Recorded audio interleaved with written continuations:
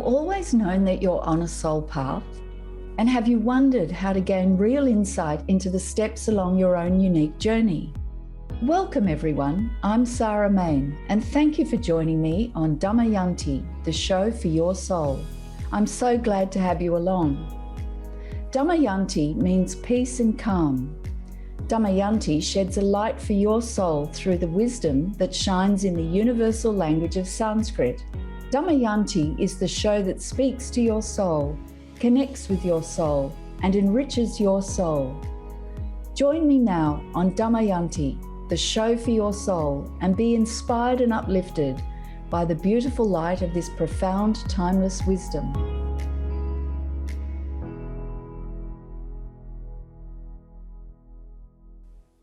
Welcome everyone. Welcome to Damayanti, the show for your soul with me, Sarah Main. It's lovely to have you along. Today we're talking about eyes wide open, yet awake or asleep. That's a question. Eyes wide open, yet awake or asleep. This follows on a bit from my previous show on Sanskrit, but we're going to look more precisely at, are we asleep or awake, yet we have our eyes wide open? And this is from Shakespeare. This is a strange repose, to be asleep with eyes wide open, standing, speaking, moving, and yet so fast asleep. It's from The Tempest. This is a strange repose. Repose is sleep. This is a strange repose or rest, to be asleep with eyes wide open, standing, speaking, moving, and yet so fast asleep. So here's a question. Are we asleep with eyes wide open? Like right now, are we asleep with eyes wide open? In Sanskrit, the word for conscious is chetana, and it comes from the root form chit. This is all spelt out in my book, actually. If you go to my book, Conscious Confidence, Use the Wisdom of Sanskrit to Find Clarity and Success. It's described, it's in chapter 3, actually, and it's about being conscious and unconscious. So chetana in Sanskrit, that word means to be visible, sentient, intelligent, percipient. That's not a word we use very often in English these days, percipient, understanding, perceptive. Having sense, consciousness, and insight, an intelligent being. So that's all to do with chetana, being conscious. And it comes from chit, this root form chit, which means to perceive, observe, attend, understand, comprehend. All right, all of those sorts of meanings. So the word chetana is derived from that root form, like a seed, like a tree coming from a seed. The word chetana grows from that root form chit. Okay. So we can nod our heads and say, yeah, sure, Sarah, why? Yeah, okay, what's your point? We can nod our heads and think we're awake and take all this information for granted. We can assume we're awake. We can assume we're aware. I mean, we don't walk into trees. We don't fall into holes in the road mostly. We don't walk into lampposts, do we? So we can assume a level of awareness. But I'm going back to Shakespeare. This is a strange repose, to be asleep with eyes wide open, standing, speaking, moving, and yet so fast asleep. What on earth could he mean? And it's not just Shakespeare. This is something that's talked about in many philosophies and scriptures and all sorts of things.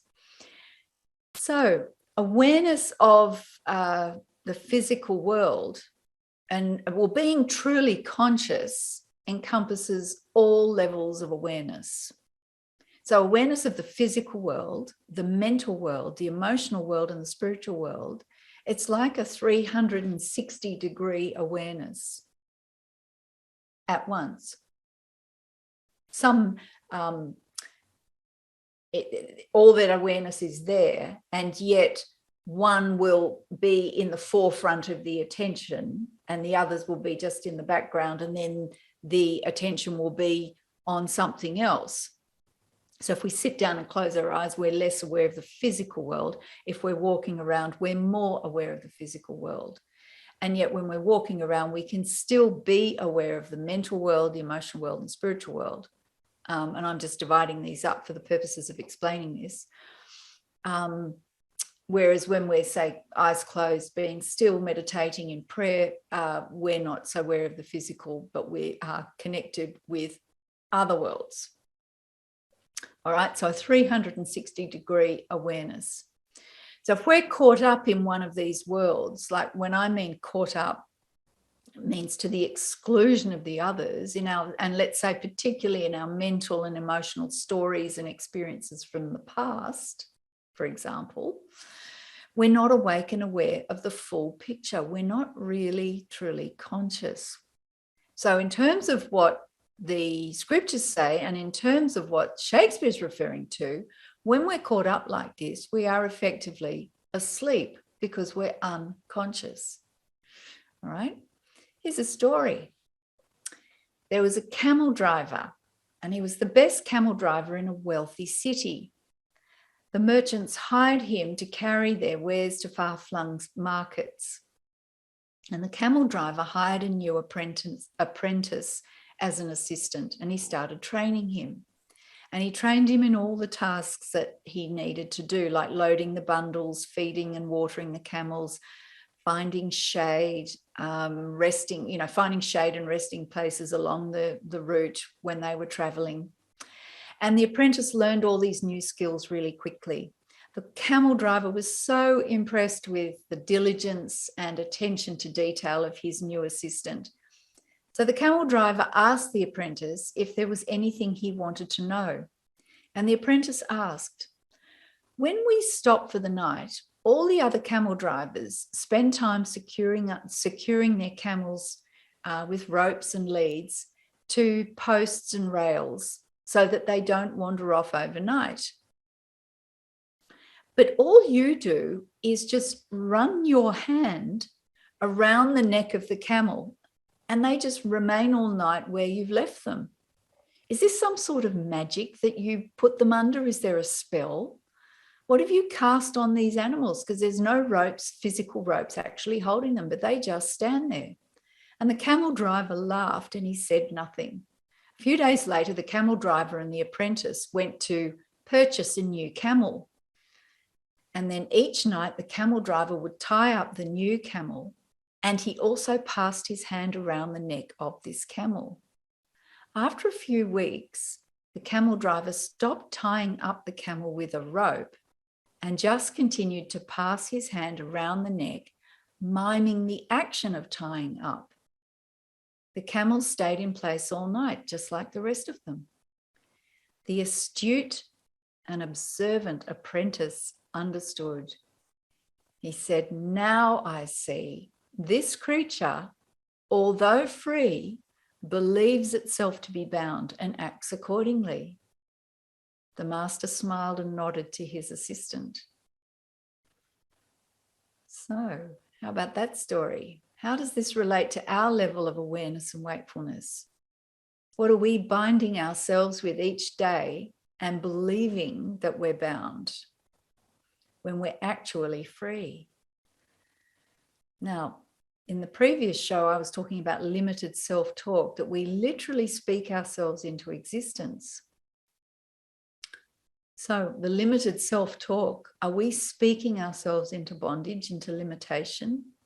Are we thinking ourselves into bondage and limitation, just like that camel driver had trained his camels to believe that they were bound, even though they weren't? And we can bind ourselves just by carrying around these stories and narratives and experiences from the past.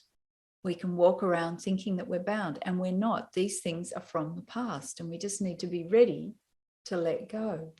My teacher used to stand there and say, the difference is this to this. And I'm clenching, if you're listening as a podcast, this is a clenched, tightly clenched fist, and then just completely releasing it and opening the hands and the fingers and relaxing. That's the difference between bondage and freedom. So do we realize that we're asleep in a form of waking sleep when we're caught up in this?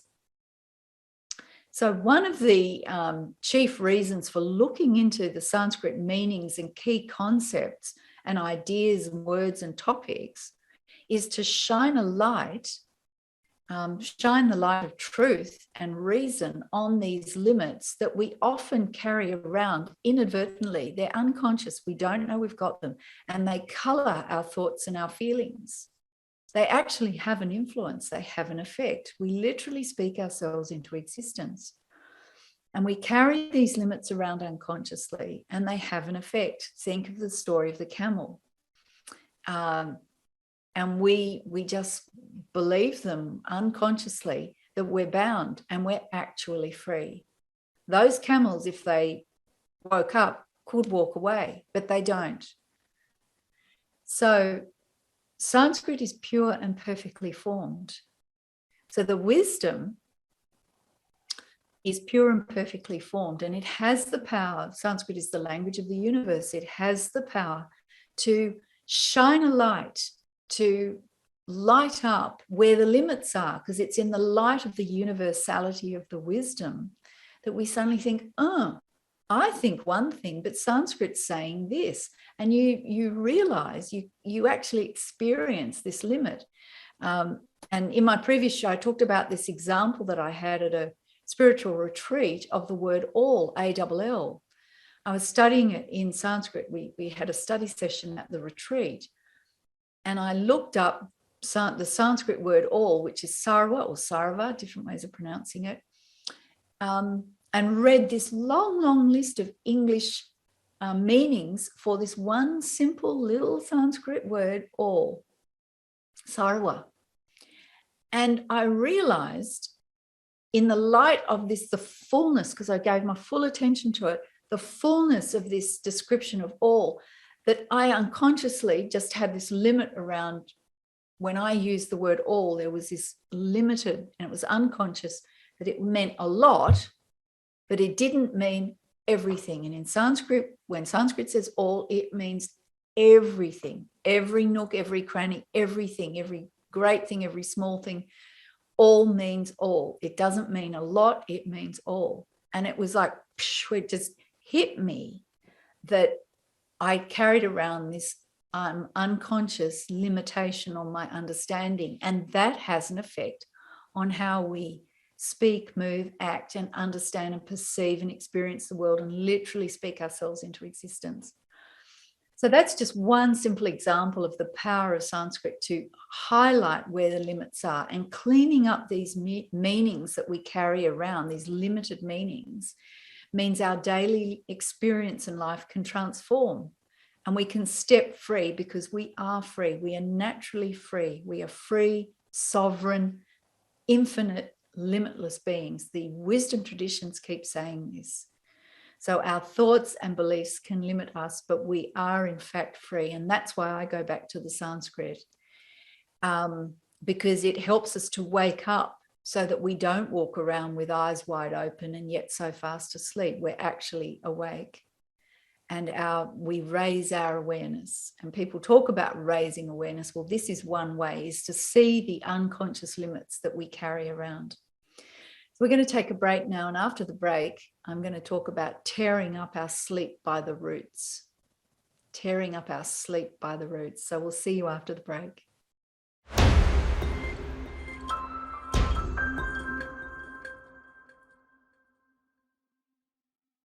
Welcome back, everyone. Welcome back to today's show on Damayanti, the show for your soul.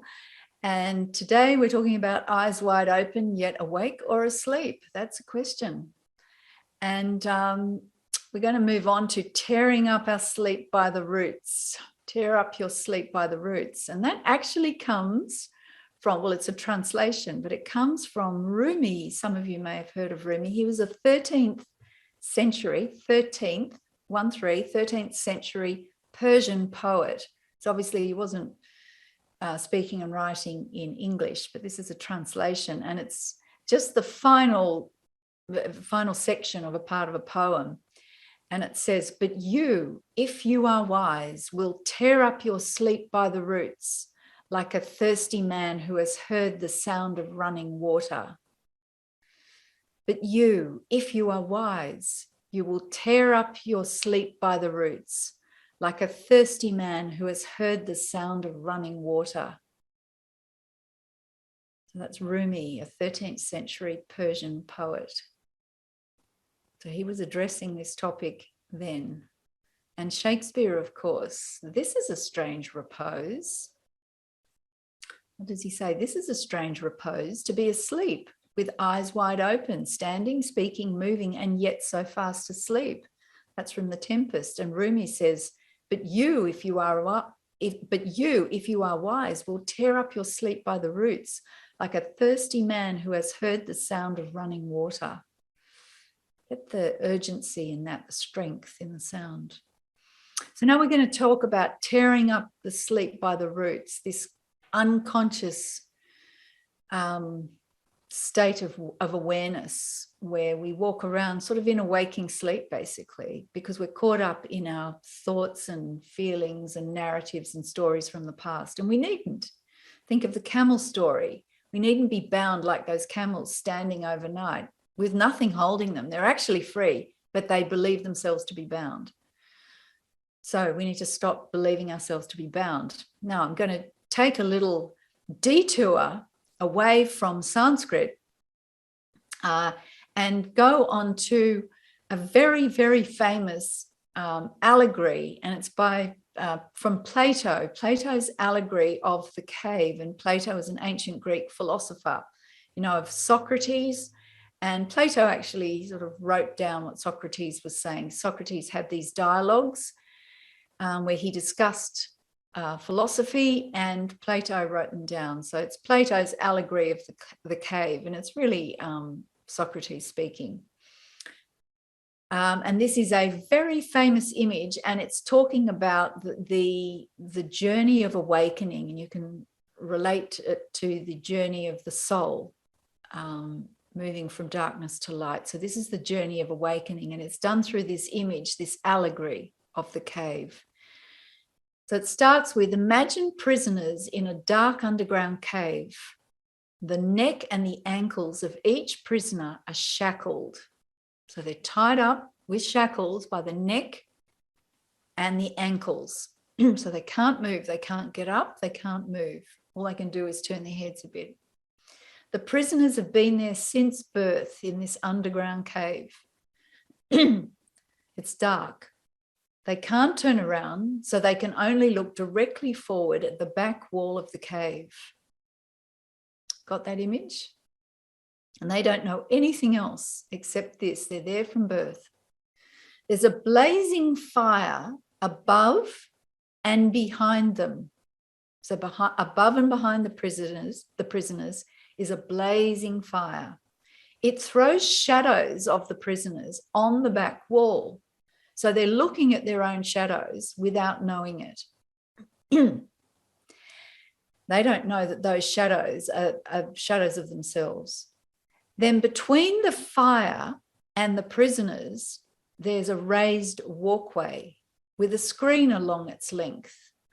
And there are people walking up and down this walkway carrying cut-out shapes of various objects, everyday objects, animals, trees, buildings, all sorts of things, right? So they're carrying these cut-out shapes, right? And they're going up and down the walkway. And remember, there's a screen and the fire. So what does this do? It projects shadows of these shapes, these cutout shapes, onto the back wall. And these shape carriers often comment and chat as they do their work. They're just doing what they're told to do. That's their job. And so you have these projected, because of the fire, these shadows of all these shapes. So shadows of the trees and the animals and the buildings and whatever being cast on the back wall of the cave. And the sound of these shape carriers, we'll call them shape carriers, these shape carriers also bounces off, echoes off the back wall. So the prisoners hear these voices and sounds echoing off the back wall and think that these shadows are actually speaking and making noises and sounds. The prisoners, it's their life. They discuss the order and the shape and the sounds of these shadows, and they congratulate each other and award each other for knowing what's coming next. Now imagine, okay, so let that image of this allegory set in. Prisoners bound, back of the cave, they're looking at the back wall, they're shackled, been there since birth. You've got the fire, the shape, the shadows being cast, and these sounds, and they think these shadows are real, and they think they hear the sounds, and they think the shadows talk or make sounds, and they congratulate themselves, and that is their whole world, right? So now imagine one day someone walking past enters the cave. And this is an important point now. Someone enters the cave, and there's now at the entrance of the cave is up a steep walkway, and then there is some diffused light coming in from the sun and the sunlight and the natural light coming in. And someone sees this walkway, looks in, sees, and starts walking down into the cave. And sees the scene for what it is, sees the prisoners, the fire, actually sees the reality of the scene. And he goes naturally out of compassion, it's a natural instinct, and walks all the way down past the fire to the prisoners, right down in the dark, and frees one of them, right? And helps this person who's never stood up before, helps them stand up. And shows him the shadows, right? And then he turns him around slowly. And of course, he's turning around slowly to the light that's being cast by the fire. And at first, this is blinding light. So he has to sort of close his eyes and slowly allow his eyes to adjust to the light of just the fire. And his legs are weak. And anyway, he slowly encourages him and helps him past the fire and up this steep walkway. So it's an ascending walkway, and he ascends up towards the light that's coming in at the opening of the cave. And the walkway is steep, it's difficult, it's uneven, and he's assisted by the liberator, but the liberator can't make him walk, doesn't carry him. He has to walk, the freed prisoner has to walk there himself. And at first, he gets to the opening, and at first he's so pained by the light outside, he has to look down. And the only thing he can see is the shadows cast on the ground of the trees and the animals and things. But these are shadows cast by sunlight, not by a light, we'll call that artificial light. This is sunlight casting shadows. And that's all he can see at the moment, because his eyes can't take the actual light. And eventually he adjusts to that, and then he can see reflections in pools of water and on polished surfaces. He can see reflections that are more real. They've got color in them now. Imagine looking at the surface of a still lake and seeing a tree reflected, as a still lake can do, reflect perfectly like a mirror. And he can now see that, right? And that's amazing, because he can actually perceive color. And then he can see objects in moonlight, and then eventually he can see everything in the sunlight, and finally he can see the sun himself. So this freed prisoner thinks of and then this freed prisoner now sees reality. And he then thinks of his fellow prisoners trapped in the dark and false scene underground, and he has a natural desire to go and free them. He doesn't want to experience that anymore. He has no desire for that, because he's seen the light of reality, but he, out of compassion, wants to free his fellow prisoners. So he goes back into the cave, and at first the darkness blinds him, because he's used to the light. So he's blinded by the darkness again. So he's cast back into darkness. And it's described in detail, but actually he goes to free, and the prisoners are confused and unsettled by what he says, because he's actually blinded by the darkness. And the prisoners say, look what's happened to him. He went up to this other place and he's returned blind, and he's ignorant of all this knowledge that we have of what's going on here, of what we see, our reality. He's ignorant of all of this. He has no desire for the awards that we're offering, and he's blind, he can't see.